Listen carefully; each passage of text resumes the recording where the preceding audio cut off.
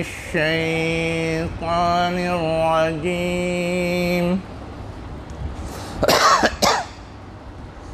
بسم الله الرحمن الرحيم. فإذا قرأت القرآن فاستعذ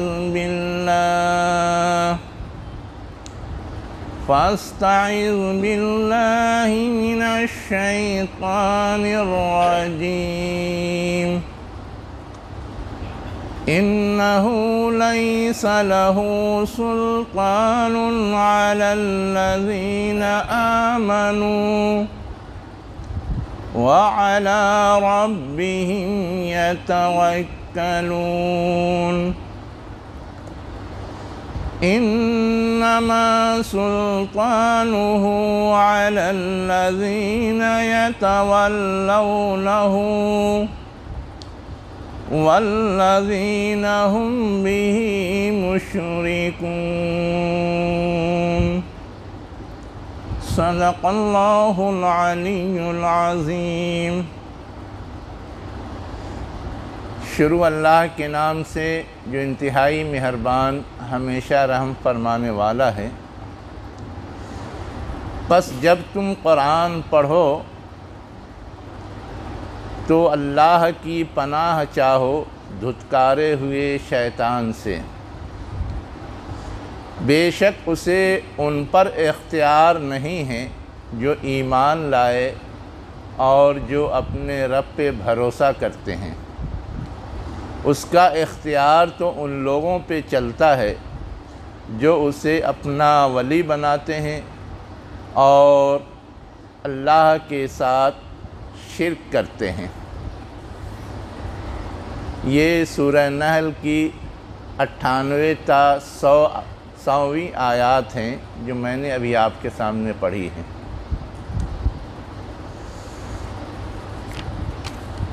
ان آیات میں یہ بات بتائی گئی ہے کہ جب قرآن پڑھو تو اعوذ باللہ من الشیطان الرجیم بھی پڑھا کرو. ہم اور آپ جب بھی قرآن کی تلاوت شروع کرتے ہیں تو اسے پڑھتے ہیں. اسی آیت کا حکم ہے جس کی پاسداری میں ہم ایسا کرتے ہیں. یہ حکم لازمی حکم ہے، یعنی ہم اگر اسے بجا نہیں لائیں تو ہم گنہگار ہوں گے.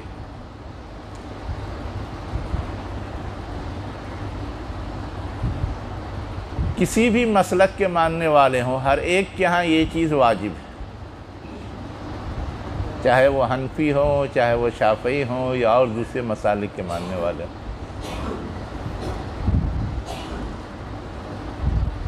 سوال اصل غور طلب یہ ہے کہ اللہ تعالیٰ نے یہ لازمی حکم دیا کیوں ہے کہ قرآن کی تلاوت کرو تو اعوذ باللہ من الشیطان الرجیم پڑھو. اعوذ باللہ من الشیطان الرجیم کا مطلب سمجھتے ہیں؟ میں پناہ چاہتا ہوں، طلب کرتا ہوں اللہ کی دھتکارے ہوئے شیطان کے مقابلے میں. تین گروپ ہیں اس میں. ایک تو پناہ چاہنے والا، دوسرے جس سے پناہ طلب کی جا رہی ہے، اور تیسرے جس کی پناہ میں جانے کی خواہش کی جا رہی. جو پڑھتا ہے وہ پناہ طلب کرتا ہے. پناہ طلب کرنے کا مطلب یہ ہوتا ہے کہ کوئی خطرہ ہے جس سے ہم بچنا چاہتے ہیں، اور اس خطرے سے جو بچا سکتا ہے اس سے پناہ طلب کی جاتی. جو نہیں بچا سکتا اس سے پناہ نہیں طلب کی جائے گی، اس لیے کہ وہ حفاظت ہی نہیں کرے گا، بچائے گا ہی نہیں، تو اس سے پناہ حاصل کر کے حاصل کیا ہوگا؟ اور کوئی خطرناک چیز ہے جس سے بچنے کے لیے پناہ طلب کی جاتی ہے۔ تو انسانوں کو یا اور کہنا چاہیں مومنوں کو یہ ہدایت دی گئی۔ کیوں یہ ہدایت دی گئی؟ اس لیے کہ ایک خطرہ ہے جس سے بچنا اس کے لیے ضروری ہے۔ خطرہ ہے شیطان کی طرف سے نقصان پہنچانے کا، دشمنی نکالنے کا۔ اس لیے کہ شیطان نے انسان کی دشمنی کا اعلان کر رکھا ہے۔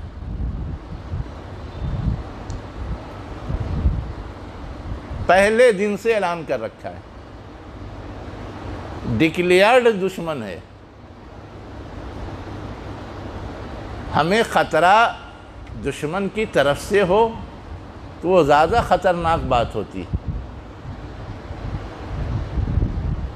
ہمیں خطرہ موذی جانوروں سے بھی ہوتا ہے، لیکن موذی جانور نے اعلان نہیں کر رکھا ہے کہ مجھے انسان سے دشمنی ہے۔ اس کی فطرت ہے، وہ ایسا کرتا ہے۔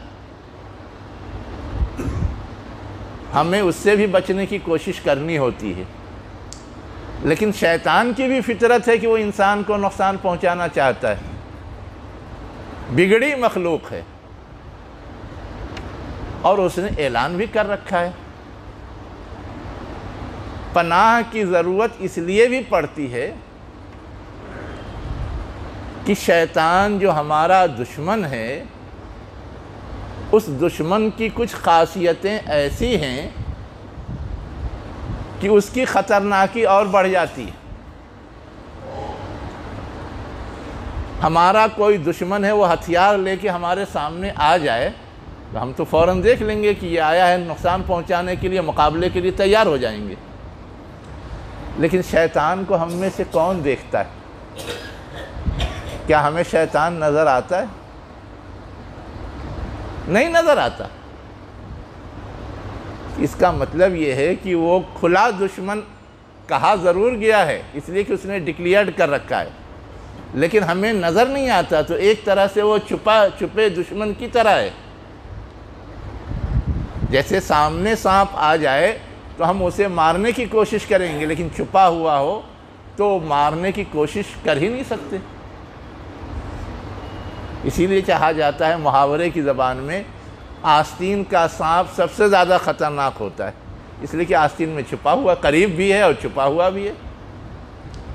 شیطان کا معاملہ تو یہ ہے کہ احادیث کے اندر کہا گیا کہ وہ انسان کے ساتھ تو اس کے خون کے ساتھ دوڑتا ہے، اتنا قریب ہے اور نظر بھی نہیں آتا۔ تو گویا شیطان زیادہ خطرناک دشمن ہے۔ شیطان کی صرف یہی ایک خاصیت نہیں ہے کہ وہ نظر نہیں آتا۔ شیطان کی خاصیت یہ بھی ہے کہ وہ اس کام پہ ہر وقت لگا ہوا ہے، اور ہم اور آپ اپنی کمزوری جو بھولنے کی ہے نا، بھولنے کی، ہمیں ہر وقت یہ یاد نہیں رہتا کہ شیطان ہمارا دشمن ہے۔ ہم کبھی کبھی بھولے بھی رہتے ہیں کہ شیطان ہمارا دشمن ہے۔ وہ ہماری کمزوری ہے، اس کی وجہ سے ہم ایسا کرتے ہیں۔ تو اب اگر کوئی دشمن ہر وقت چوکس اور بیدار ہے اور ہم غافل اور بھولے ہوئے ہیں تو ہمارے لیے تو خطرہ بڑھ جائے گا۔ ویسے ہی شیطان کا معاملہ یہ ہے کہ وہ مختلف روپ دھار کر کے ہم پر حملہ کر سکتا ہے،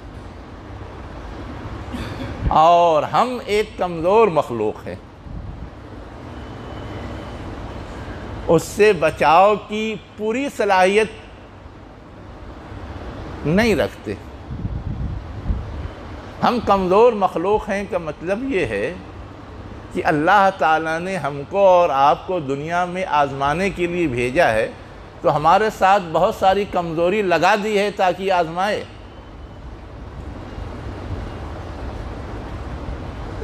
ہم جلد باز ہیں، جلد بازی کی وجہ سے ہم سے غلطی ہوتی ہے، ہم جذباتی ہیں، جذبات کی رو میں بہہ بھی جاتے ہیں، جانتے بوجھتے کہ کوئی چیز نقصان دہ بہہ جاتے ہیں۔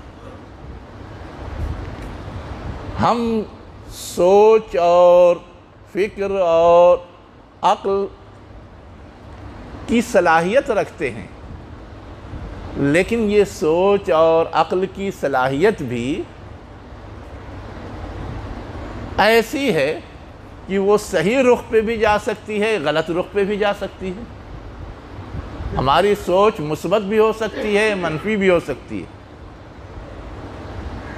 تو ہماری یہ اس طرح کی جو کمزوریاں ہیں جو اللہ نے ہمارے اندر آزمائش کے لیے رکھی ہے، شیطان ان کمزوریوں کا فائدہ اٹھاتا ہے اور انہی کمزوریوں کے راستے سے بہکاتا ہے، ہم سے دشمنی نکالتا ہے۔ یہ بہت سارے پہلو ہیں جس کے لحاظ سے شیطان کی دشمنی زیادہ خطرناک بن جاتی۔ تو اب شیطان کیا چاہتا ہے کہ ہمیں اور آپ کو نقصان پہنچائے، گمراہ کریں، اور ہم ان کمزوریوں کی وجہ سے کبھی کبھی مجبور ہو جاتے ہیں کہ مقابلہ میں ناکام ہو جائیں۔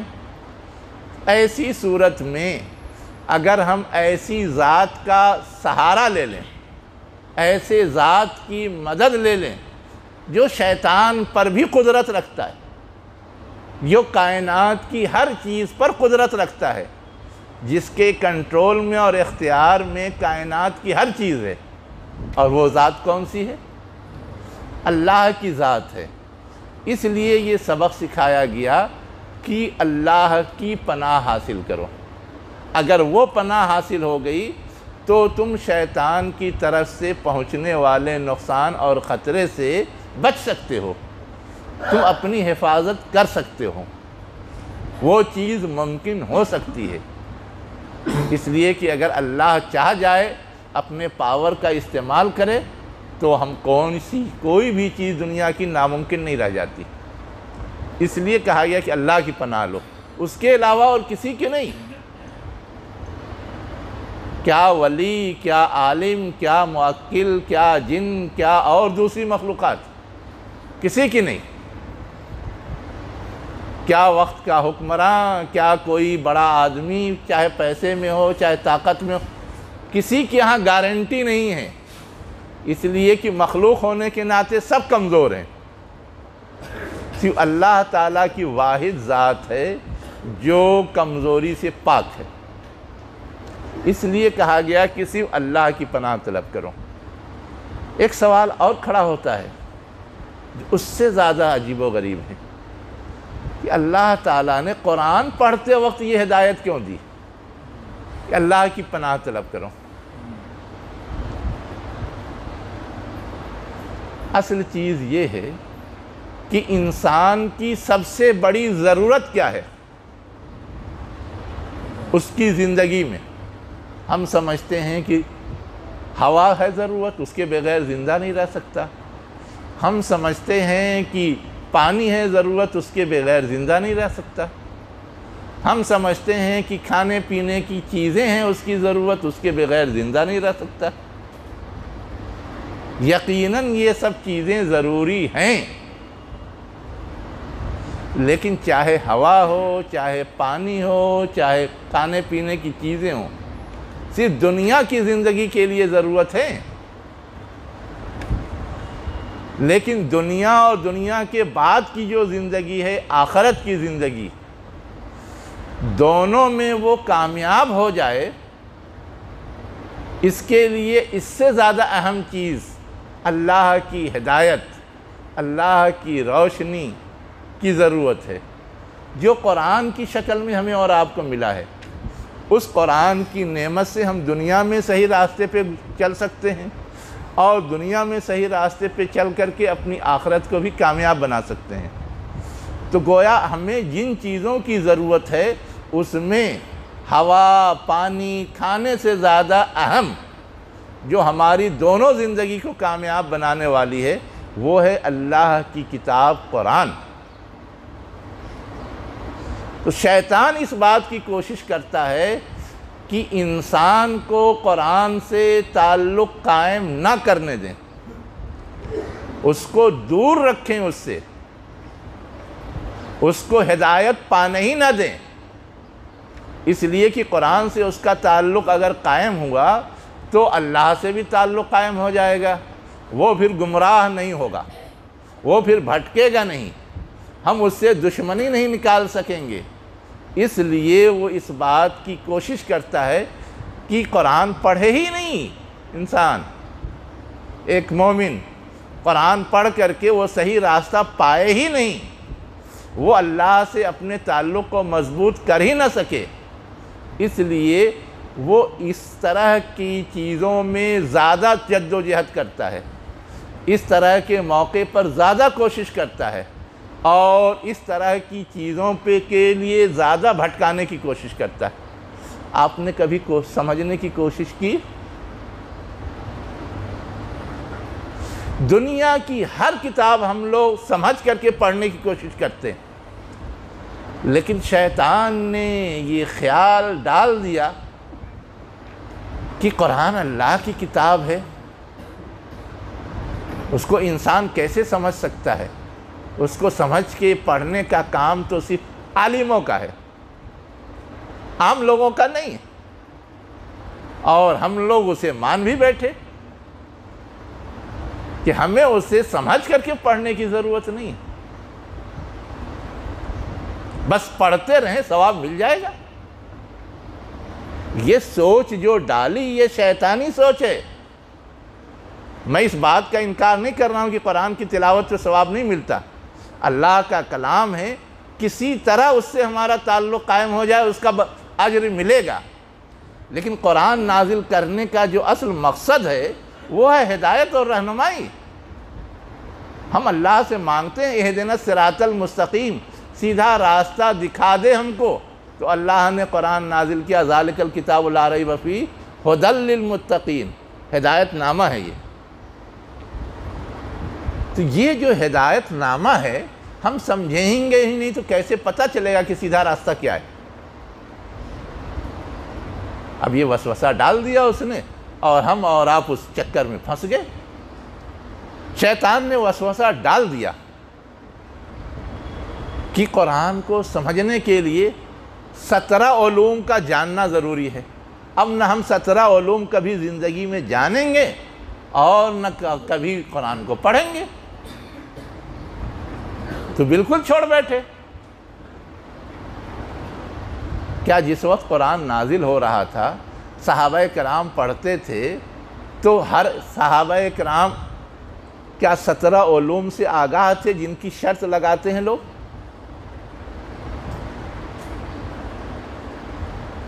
جس کے اندر جتنی صلاحیت ہے، جتنا سمجھ سکتا ہے اتنا وہ کوشش کرے۔ صحابہ کرام میں بھی قرآن کے سمجھنے والے سارے لوگ برابر لیول کے نہیں تھے، ہر ایک کے قرآن کو سمجھنے کی صلاحیت یکساں نہیں تھی، کوئی زیادہ سمجھتا تھا، کوئی کم سمجھتا تھا، لیکن ہر ایک سمجھنے کی کوشش کرتا تھا اور اس کو فالو کرنے کی، اس کی پیروی کی کوشش کرتا تھا۔ آج بھی جس کے اندر جتنی صلاحیت ہے اتنا وہ سمجھنے کی کوشش کر سکتا ہے، اور اس کے نتیجے میں وہ کچھ نہ کچھ رہنمائی پا سکتا ہے، لیکن بالکل سمجھنے ہی کی کوشش نہ کرے تو اسے کیا رہنمائی ملے گی؟ شیطان کامیاب، ہم ناکام۔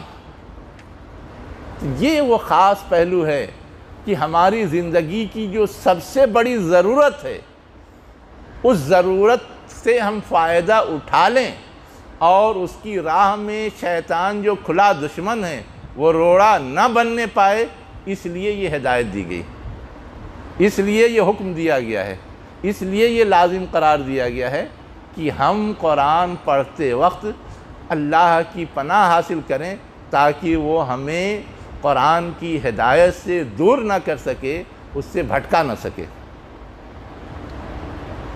ایک اور چیز سمجھنے کی ضرورت ہے کہ ہمیں یہ کیسے معلوم ہو کہ شیطان ہمارے دشمنی میں ہم سے دشمنی نکال رہا ہے، اور اس سے بچنے کے لیے ہمیں چوکس اور بیدار رہنے کی ضرورت ہے۔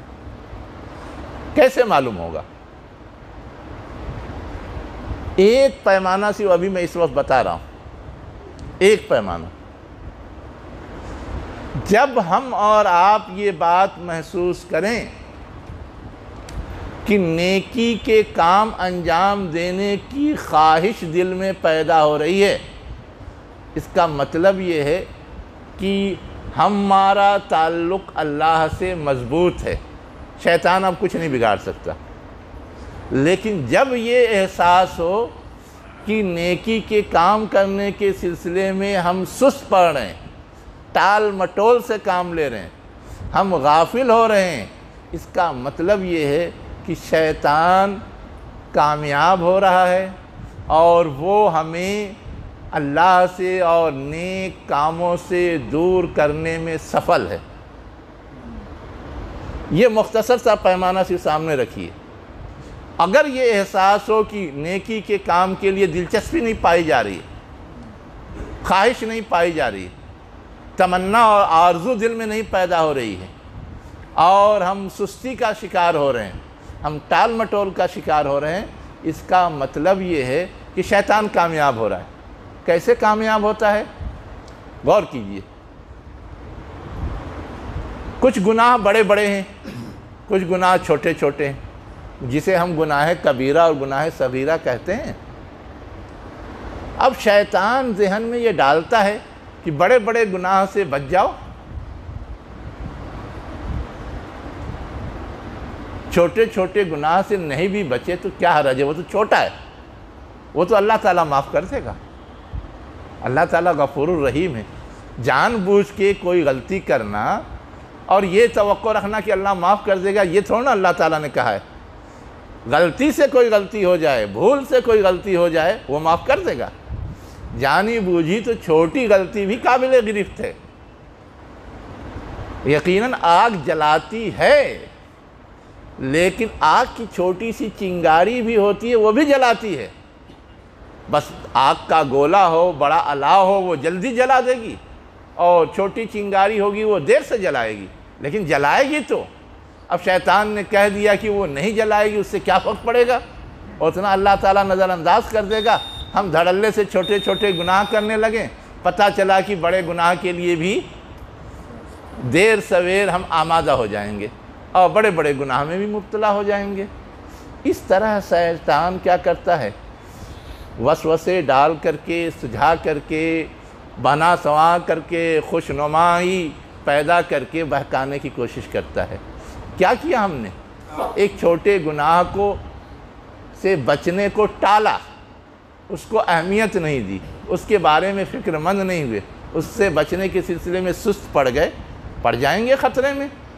تو اللہ تعالیٰ جو یہ حکم دیتا ہے کہ قرآن پڑھتے وقت بالخصوص، اور اب سن لیجئے کہ صرف قرآن پڑھتے وقت اعوذ باللہ من الشیطان الرجیم پڑھنے کا تذکرہ تو اس کی اہمیت کے تناظر میں ہے، لیکن کوئی بھی غلط بات ہو، کوئی بھی نقصان دہ چیز ہو، ہر موقع پر تعوذ پڑھنا، اعوذ باللہ من الشیطان الرجیم پڑھنا، یہ سنت ہے۔ آپ برا خواب دیکھیے، اس وقت بھی تعوذ پڑھنے کی ہدایت ہے۔ آپ کتوں کی اور گدھوں کی آواز سنیں، اس وقت بھی تعوذ پڑھنے کی ہدایت ہے۔ یوسف علیہ السلام کو ایک خاتون نے بہکانے کی کوشش کی تھی، اس وقت انہوں نے کیا کہا تھا؟ معاذ اللہ۔ معاذ اللہ کیا مطلب ہے؟ اللہ کی پناہ۔ تو کسی برائی کی طرف کوئی دعوت دے، اس وقت بھی بچنے کے لیے تعوذ پڑھنے کی ہدایت ہے۔ حتیٰ کہ شیطان کے جو ٹھکانے ہیں ان ٹھکانوں پہ جائیں، اس وقت بھی تعوذ پڑھنے کا حکم ہے۔ ہم اور آپ قضائے حاجت کے لیے جاتے ہیں، گندی جگہوں پہ شیطان رہتا ہے، ہمیں کیا کہا گیا؟ اللہم انی اعوذ بکا من الخبث والخبائث۔ اے اللہ، میں پناہ مانگتا ہوں تیری کس سے؟ خبث یعنی گندگی سے، والخبائث اور گندگی والوں سے۔ آپ جا کے دیکھ لیجئے، سارے ترجمے بریکٹ میں لکھا ہوگا شیطانوں سے۔ خبائث سے مراد کون ہے؟ جو خبث کو پسند کرنے والے ہیں، خبث میں رہنے والے ہیں، خبث میں اپنا وقت گزارنے والے ہیں، یعنی شیطان۔ تو ہم اس غلط فہمی میں نہ رہیں کسی قرآن تو اتنی اہم چیز ہے کہ اس کے لیے لازم قرار دے دیا گیا، اور مواقع پر بھی پڑھنے کی ہدایت دی گئی ہے۔ اللہ مجھے بھی اس کی توفیق دے کہ ہم شیطان کے خطرات سے بچنے کے لیے اس طریقے کو اپنائیں تاکہ اس چھپے دشمن کے نقصانات سے محفوظ رہیں۔ اقول قولی ھذا واستغفر اللہ لی ولکم اجمعین برحمتک یا ارحم الراحمین۔